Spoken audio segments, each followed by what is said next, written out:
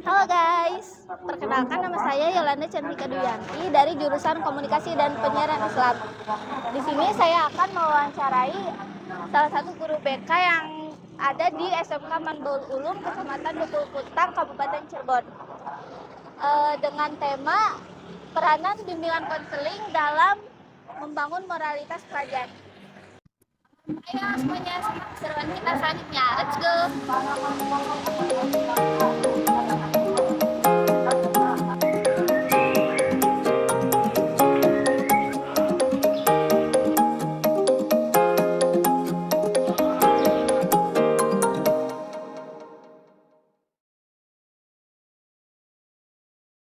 Nama saya Humedullah Irfan. Kalau di kota dipanggilnya Irfan, kalau di sekolah panggilnya Humed atau Humed. Ada juga yang manggil Irfan, jadi terserah. Sudah berapa lama Bapak jadi guru di sini? Saya kebetulan jadi guru mulai dari tahun 2021. 2021. Hampir 3 tahun jalan. Jadi guru BK? Betul. Saya dari awal masuk guru BK. Sebelumnya hal apa sih yang memotivasi Bapak buat menjadi guru, khususnya guru BK gitu? Khususnya guru BK. Ya. Sebetulnya begini, awalnya itu tuh saya ada dua pilihan. Antara saya memilih jadi guru PPKN atau saya jadi BK. Kenapa saya mempertimbangkan dua status guru di sini, dua pilihan itu? Karena saya mempertimbangkan itu linear, terhubung dengan potensi atau disiplin ilmu saya. Jadi saya pikir itu yang terhubung dengan disiplin ilmu saya. Nah, tapi setelah saya masuk, kemudian saya masuk ke dunia guru BK, ternyata memang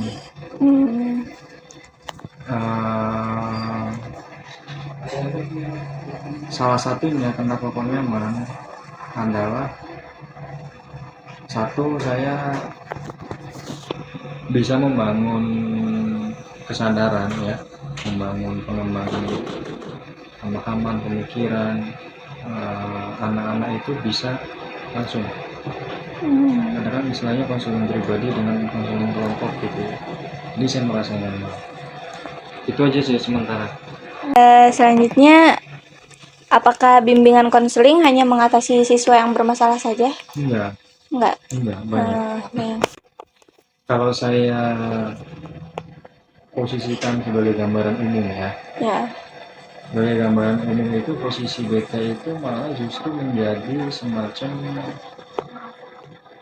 fasilitas, mediator, jembatan untuk mengantarkan anak-anak kepada kontes internal dan eksternal. Internal itu maksudnya bagaimana kami ini di sini, meskipun secara umum ini tugas semua guru ya. Tapi dalam konteks keberadaan internal itu maksudnya adalah bagaimana kita tuh memahami kondisi, keadaan, perkembangan anak-anak di dalam sekolah, baik di di proses pembelajaran mereka ataupun pengembangan karakter, moral, perilaku mereka gitu ya. Termasuk juga justru kita juga menjembatani anak-anak untuk mempersiapkan dunia luar setelah lulus. Nanti ada kaitannya itu bimbingan karir. Jadi kalau di dalam itu ada namanya bimbingan klasikal, lebih ke pencegahan, membangun kesadaran melalui masuk kelas gitu, dengan materi-materi yang ada yang itu penting untuk di-share ke mereka. Kemudian ada bimbingan belajar. Baru kemudian nanti ada namanya bimbingan karir. Nah, bimbingan karir itu nanti kalian habis kelar dari sekolah mau ngapain, mau kemana, mau ke sini Pak, terus gimana caranya? Misalnya ada yang mau kerja, ada yang mau kawin, ada yang mau kuliah, ada yang mau kerja sendiri kuliah, ada yang mau kerja di luar negeri, macam-macam, ada yang berwirausaha. Nah, tentu setelah lulus itu harus ada persiapan, baik mental, pemahaman, dan lain sebagainya. Jadi kurang lebih secara umum begitu. Oke. Makasih Pak. Selanjutnya, selama Bapak menjadi guru, khususnya guru konseling, apakah pernah menemuin kesulitan tersendiri buat menghadapi siswa gitu? Kalau dibilang kesulitan sih sebetulnya kaitannya dengan seni ya, atau dengan sesaklek atau sekeras kepala apapun anak. Itu pada titik tertentu kita punya semacam harapan untuk mereka tuh bisa berubah, punya potensi berubah. Jadi kaitannya dengan sikap kita, kalau ada anak yang nggak hanya selesai di omongan gitu, itu ya kita harus sabar karena ada tahapannya. Nah, kemudian ada anak yang tidak cukup hanya dengan omongan. Kamu nanti jangan diulangi misalnya. Besok harus berangkat ke sekolah. Kemudian kita awasi, kita kontrol. Tapi tetap anak itu nggak masuk sekolah. Itu kan melatih kesabaran. Kalau kitanya nggak sabar, tidak punya bayangan ke depan, gitu, kita bakal melatih. Jadi sebetulnya bagi saya personal ya, sementara ini nggak ada kesulitan. Belum ada. Ya, dan saya nikmati itu sebagai bagian dari saya sebagai guru dan mereka sebagai orang-orang yang punya potensi berubah, baik itu di dalam kelas, di dalam sekolah, ataupun setelah dia selesai sekolah. Jadi kurang lebih begitulah. Buat moralitas remaja, khususnya pelajar di masa sekarang, dianggap mengalami penurunan. Nah, sebagai guru konseling, apa upaya Bapak untuk menghadapi persoalan tersebut? Moralitas. Moralitas itu kan kaitannya dengan akhlak ya. Iya. Ada begitu. Semacam perilaku gitu. Begini ya, kalau kita ngomongin soal moralitas anak-anak remaja gitu, sebetulnya kursusnya itu luas, ya kan.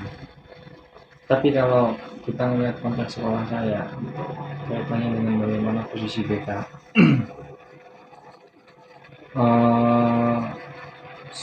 sebetulnya yang mencoba untuk membangun moral yang baik itu bukan cuma BK, semua guru.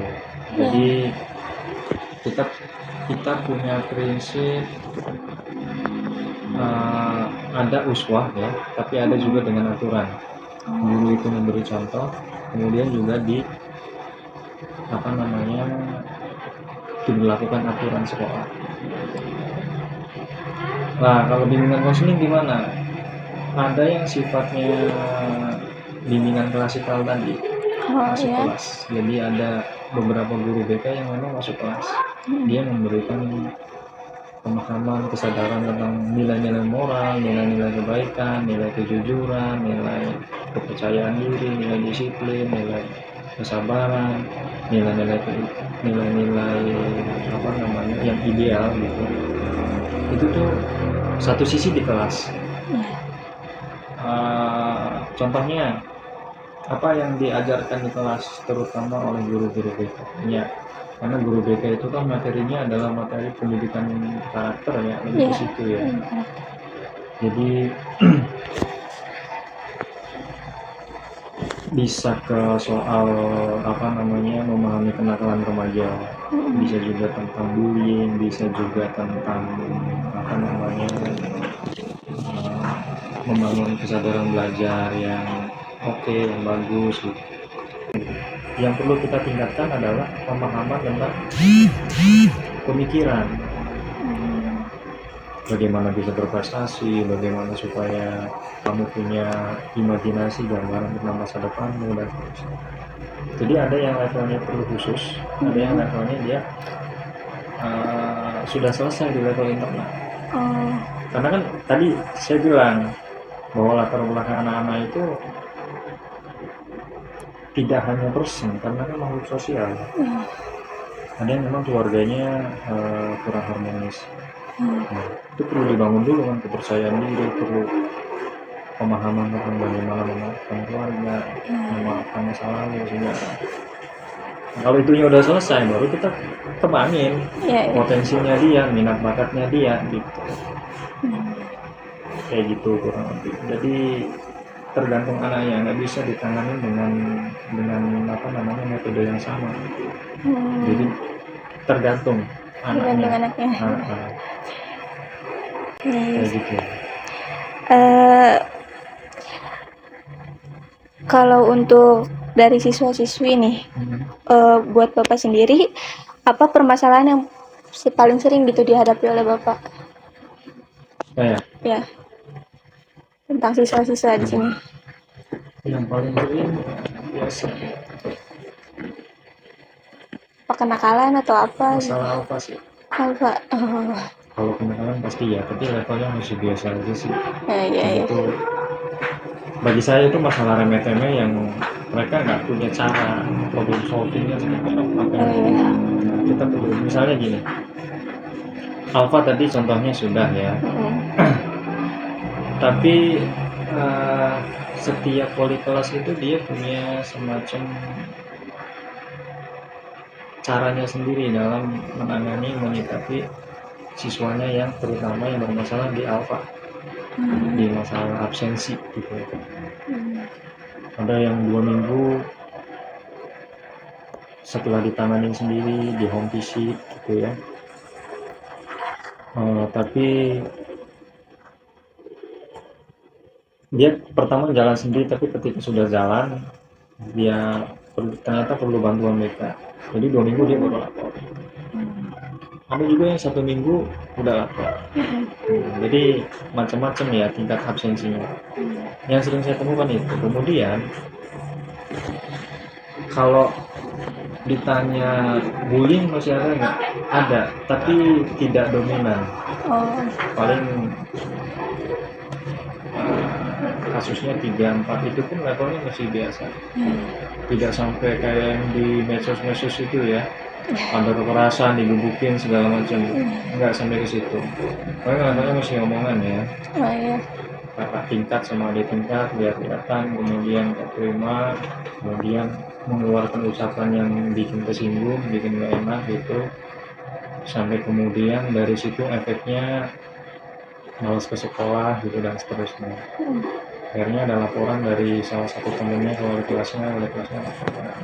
Kemudian kita mediasi, kita panggil dua-duanya. Kita panggil itu tidak untuk menghakimi, tapi untuk islah, untuk menyadari kalau perbuatan yang demikian itu keliru, nggak penting untuk dilakukan, nggak baik, karena efeknya dia belajar ke diri sendiri seterusnya. Udah akhirnya kita sebagai mediator, termasuk juga wali kelas, dua-duanya sudah mengakui kalau itu kesalahan. Karena Islam maaf-maafan selesai. Enggak, alhamdulillah di sini tuh soal kenakalan ekstrim gitu enggak banyak. Enggak hampir bisa dikatakan biasa aja. Kalau di luar kan misalnya sekolah-sekolah luar ya. Saya juga sering ya misalnya lihat-lihat media sosial. Perang antar pelajaran seterusnya gitu. Apalagi pengaruh sekarang film-film geng motor gitu ya. Dilan itu termasuk berpengaruh juga loh. Tidak sampai ke situ sebetulnya. Gitu. Pertanyaan terakhir Pak, apa yang menjadi harapan Bapak khususnya buat masa depan siswa-siswi di sini? Harapan saya? Ya. Harapan saya banyak. Tapi yang paling penting adalah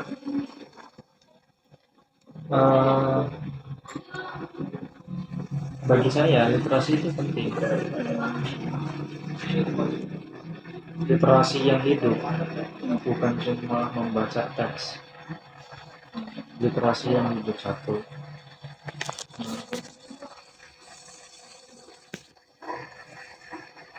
untuk suka membaca itu harus tahu baca itu untuk apa sih gitu. Nah, yang pertama literasi. Yang kedua, literasi ini ketika meningkat itu dia akan ada perubahan pasti. Kemajuan ke informasi, ke ide-ide yang baru, reproduksi ide, kemudian inovasi, kreativitas anak itu bisa terfasilitasi, terwadahi dengan kesadaran literasi yang tinggi. Saya pikir salah satunya kekurangannya di situ. Literasi yang dimaksud itu banyak ya, bisa bisa melalui seni itu kan banyak ya, sastra itu ya, novel dan cerpen dan seterusnya. Pokoknya orang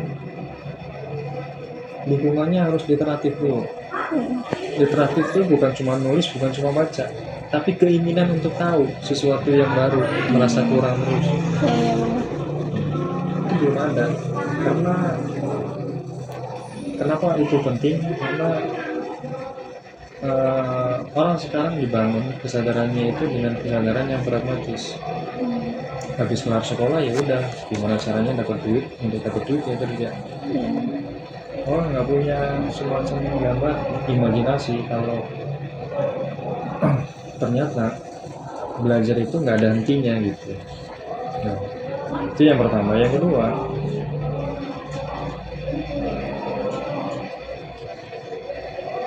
kedua, adalah saya sih berharap supaya anak-anak itu bisa melanjutkan pendidikannya ke ke tahap yang lebih tinggi, kayak kamu lah ya, kuliah gitu. Karena bagaimanapun ya saya masih percaya kalau pendidikan itu bakal punya potensi untuk berubah, bisa dengan relasi dengan lingkungan yang lebih mapan, lebih matang gitu ya, sehingga dia punya kesadaran yang lebih bijak ke depannya. Bagaimana caranya supaya dia punya kesempatan untuk melanjutkan pendidikannya? Kuota beasiswa dari pemerintah ditambahin. Karena kan sedikit. Sekarang KIP itu nggak nyampe 1 juta. Sementara angka kemiskinan di kita itu berapa juta? Berapa puluh? Mereka harus berkompetisi. Kalau perlu lagi digratiskan pendidikan. Kita melihat aja sekarang latar belakang. Kalau masnya ada kesempatan survei aja di tiap sekolah. Tingkat ekonomi keluarga di masing-masing anak-anak itu berapa? Ya kan? Maka mungkin hanya untuk hidup dan makan aja mereka susah. Harus nyari tiap harinya, apalagi untuk menempuh pendidikan. Harusnya hadir pemerintah, hadir swasta, buka sebanyak-banyaknya beasiswa sehingga punya kesempatan anak-anak kita, generasi muda itu supaya bisa menikmati pendidikan ini. Gitu. Ya. Enggak.